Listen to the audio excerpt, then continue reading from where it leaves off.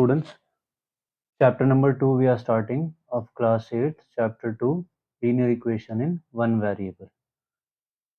अब जैसे जैसे इसका नाम है चैप्टर का linear equation in one variable, इसे थोड़ा सा हम लोग ब्रेक कर लेते हैं। इसका मतलब क्या क्या होगा भाई? वन वेरिएबल मतलब हमारे पास में कोई भी एक अननोन होगा, वेरिएबल मीन्स जिसकी वैल्यू डिफर कर सकती है, या हम लोग साफ साफ बोल सकते हैं कोई भी एक अल्फ़ाबेट यहाँ पर हमारे पास में होना चाहिए।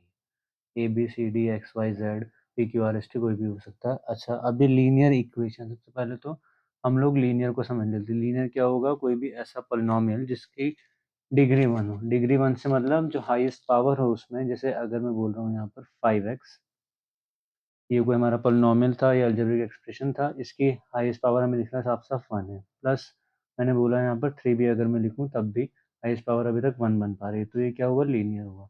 अब इसी को मैं इक्वेशन बना दे रहा हूँ, साथ में रख दे रहा हूँ कुछ भी, सपोज मैंने साथ में लिख दिया यहाँ पर 7, तो तब भी ये क्या हुआ? Linear equation in one variable हो चुका है। ऐसी कोई भी इक्वेशन अगर हम लोगों को दिख रही है जिसमें x या y या z हो और सबकी पावर सिंगल हो, कहीं पावर डबल ना हो, दूसरी बात एक ही वेरिएबल होना चाहिए, दूसरा वेरिएबल नहीं होना चाहिए, या तो x में हो या y में हो या z या p q r s t किसी में भी होना चाहिए। इन शॉर्ट, आपको पहचान कैसे करनी है? पावर 1 हो, या तो पावर 1 हो, और अगर वेरिएबल दो दो एक साथ लिखे होंगे, सपोज जैसे यहाँ पर 7x भी लिखा हो सकता था, तो आपको पहचान कैसे करनी है? वेरिएबल आपस में मल्टीप्लाई नहीं करने चाहिए, जहाँ मल्टीप्लाई होगी वहाँ पावर बढ़ जाती है।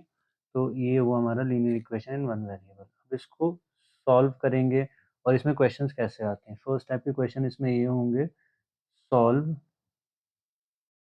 And verify. वेरीफाई बोल दिया जाए आपसे या चेक बोल दिया जाए, तो उसको सॉल्व कैसे करेंगे? सबका मेथड जो है ऑलमोस्ट सेम रहेगा। हमारा मेन एम यहाँ होता है सारे वेरिएबल्स को लेफ्ट में लाना और कॉन्स्टेंट्स को ले जाना राइट में। जैसे फर्स्ट इक्वेशन में इजी वाला करके देख रहा हूँ यहाँ पर, 3x is equals to 2x plus 18। अब हमें इसको चेक भी, सॉल्व भी करना है। सॉल्व करने का मतलब पहले मुझे इस अननोन की वैल्यू चाहिए, x की वैल्यू चाहिए, जैसा हम लोग 7th में भी कर चुके हैं। इस चीज़ को थोड़ा थोड़ा सा देख देखा था हम लोगों ने वहाँ पर भी। तो इस 2x को मैं लाऊंगा कहाँ? लेफ्ट में। 3x माइनस 2x, 18 अभी कुछ चेंज नहीं किया, RHS में ही रहेगा एज इट इज। अब क्या हुआ? 3x माइनस 2x सब्ट्रैक्ट हो गए, दोनों लाइक टर्म्स थी, x इज इक्वल्स टू आ गया मेरे पास में 18। ये आ गई मेरे पास में x की वैल्यू। अब इसे चेक कैसे करना है? चेक करने के लिए मैं लिखूंगा यहाँ पर टू चेक। चेक करने के लिए दो पार्ट्स है मेरे पास, एक तो इक्वालिटी से लेफ्ट वाला और इक्वालिटी से राइट वाला। तो इस लेफ्ट वाले पार्ट को हम लोग LHS या लेफ्ट हैंड साइड बोलते हैं, इसे RHS या राइट हैंड साइड। दोनों जगह मुझे बारी बारी से x की वैल्यू रख देनी है, या x को इस वैल्यू से, जो भी वैल्यू हमारे पास में आ रही है, जैसे यहाँ 18 है, उससे रिप्लेस कर देना है, टेकिंग LHS। अब LHS जो था हमारे पास में वो कितना था भाई? 3x था। x कितना है मेरे पास में? x यहाँ पर 18 है। 18 को हम लोग 3 से मल्टीप्लाई करेंगे, 18 3 सा 54। ये तो आया मेरे पास LHS।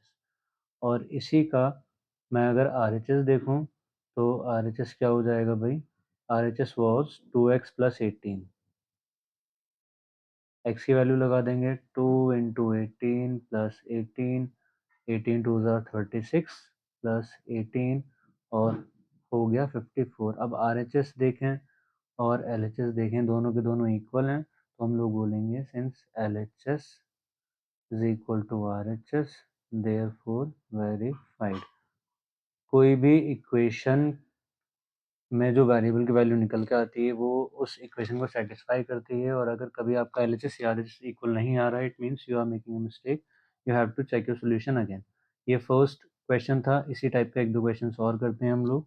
सेकंड पार्ट अगर मैं देखना चाहूँ यहाँ से, तो सेकंड एक थोड़ा सा क्वेश्चन है मेरे पास में, 4z plus 3 is equal to 6 plus 2z।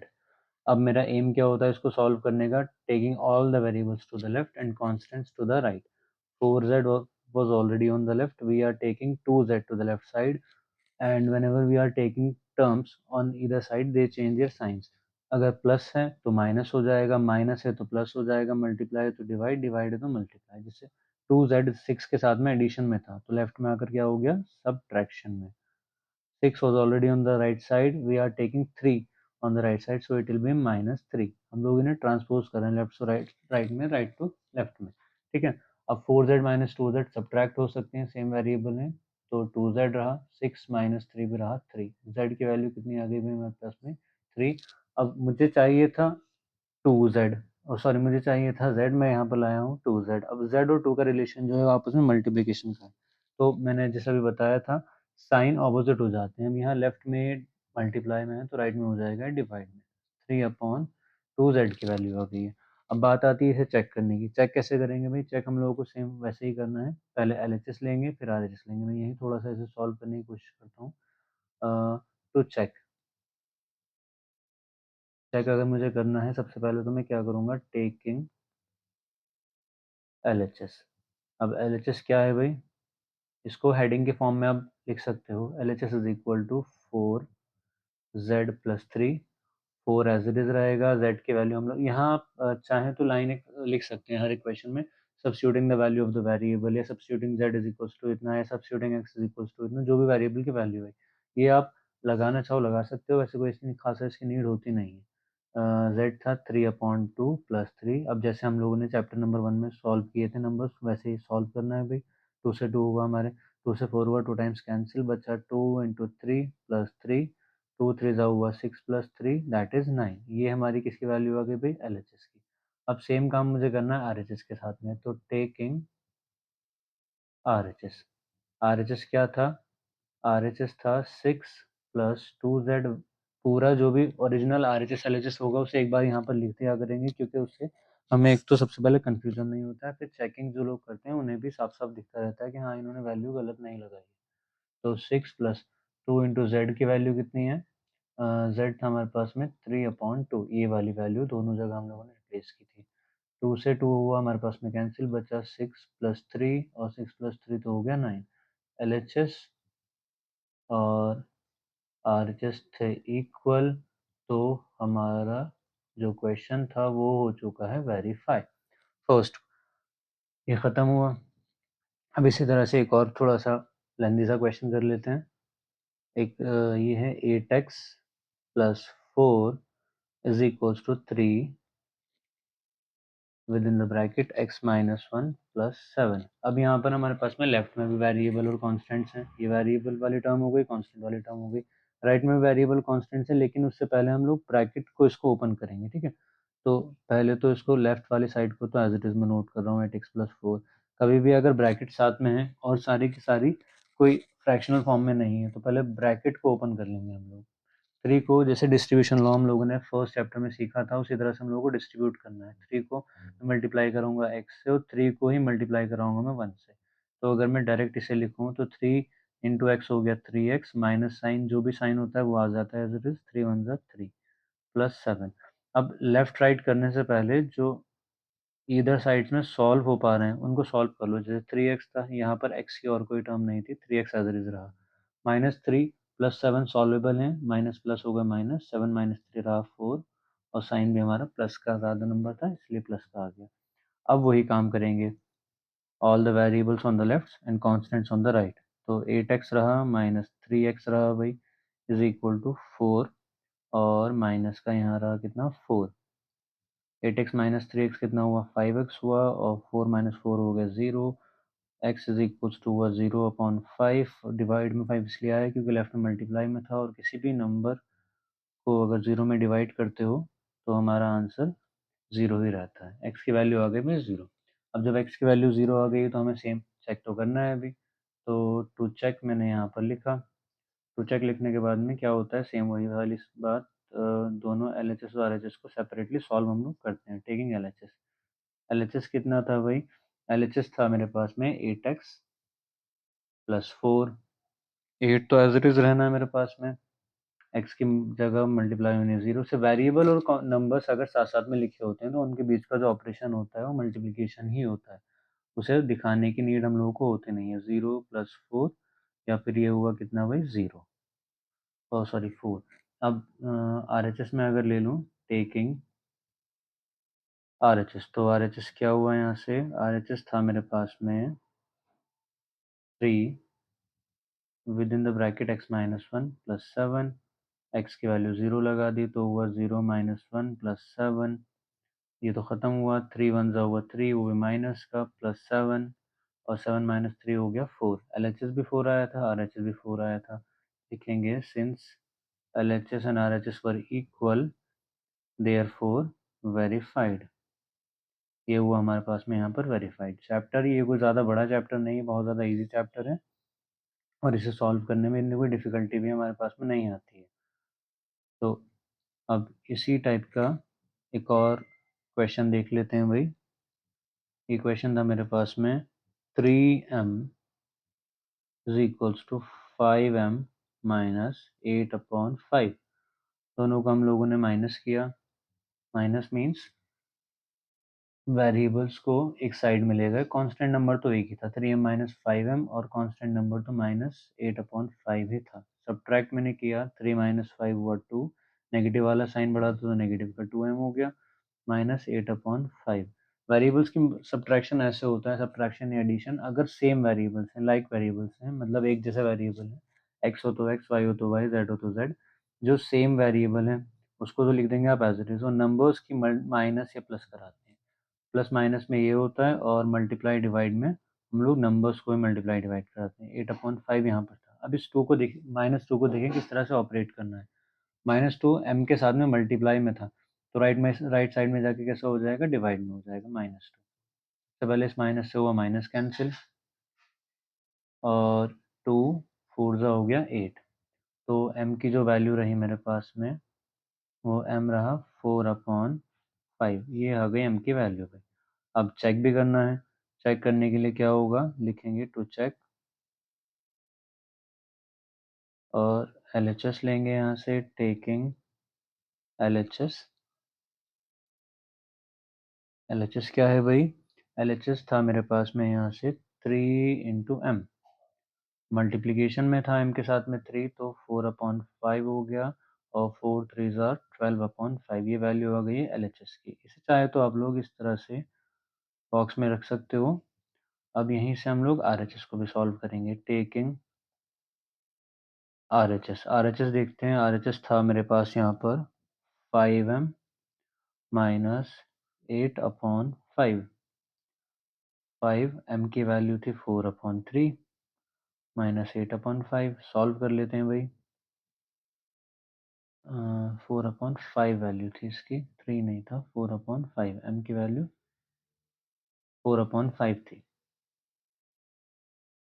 अब सॉल्व कर लेते हैं भाई। चाहे तो 5 से 5 कैंसिल कर दो, लेकिन हम लोग क्या देख रहे हैं, दूसरी वाली टर्म के डिनोमिनेटर में भी 5 है तो कोई यूज़ होने वाला नहीं है, बाद में भी एलसीएम लेना पड़ेगा, तो एज इट इज इसे कर देते हैं। 5 4 जा होगा 20/5 माइनस 8/5। अब क्योंकि डिनोमिनेटर जो है वो इक्वल हैं तो वही उसका एलसीएम आ जाएगा और ऊपर वाले सारे numbers as it is note हो जाएंगे विद द साइन। 12 माइनस 8 हुआ 20 माइनस 8 हुआ 12/5। ये क्या आया भाई मेरे पास में, RHS।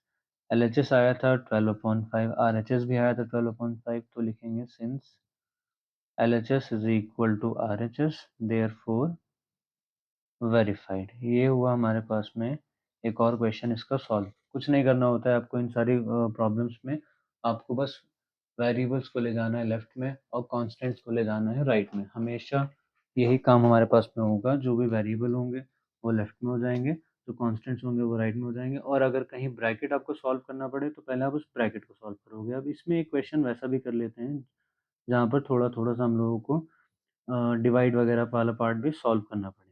ठीक है, तो जैसे मैं एक क्वेश्चन यहाँ पर करना चाह रहा हूँ। ये क्वेश्चन है हम लोगों के पास, इन्होंने बोला सॉल्व द लीनियर इक्वेशन।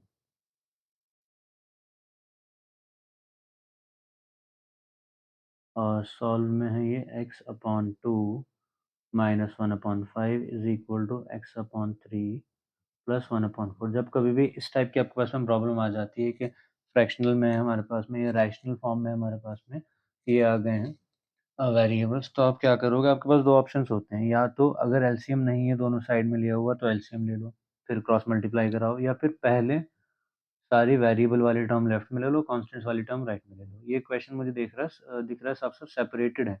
हर एक वेरिएबल को अलग कर पा रहा हूँ, कांस्टेंट को अलग कर पा रहा हूँ टर्म्स को, तो मैं वही कर लेता हूँ। पहले ये ऑलरेडी लेफ्ट में थी, इसको लेफ्ट में ले गए। 1/4 राइट में था, 1/5 को भी राइट में ले गए। अब अगर मैं इन दोनों का एलसीएम लूँ, दोनों को प्राइम्स हैं, तो 2 और 3 का एलसीएम हो गया 6 और इस टाइप के एलसीएम में क्रॉस मल्टीप्लिकेशन हो जाती है। 3 की मल्टीप्लाई हुआ x से और 2 का मल्टीप्लाई हुआ यहाँ पर x से माइनस हो गया। दोनों को प्राइम से 5 4 ज़ा हुआ 20, 1 की हुआ 5 से मल्टीप्लाई और 1 का ही हुआ 4 से multiply. 3x minus 2x as I told, दोनों की वैल्यू सब्ट्रैक्ट हो जाएगी, वेरिएबल के साथ में 3 माइनस 2 होता है 1 जो कि लिखते नहीं है। 5 प्लस 4 हो गया 9 अपॉन 20।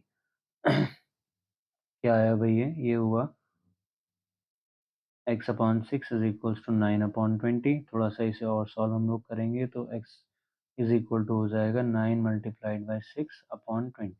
6 यहाँ डिवाइड में था, राइट में जाके हो गया मल्टीप्लाई में। थोड़ा सा सॉल्व अगर हम लोग करें, टू थ्री ज़ा 6 एंड 2 10 ज़ा हमारे पास में और 20।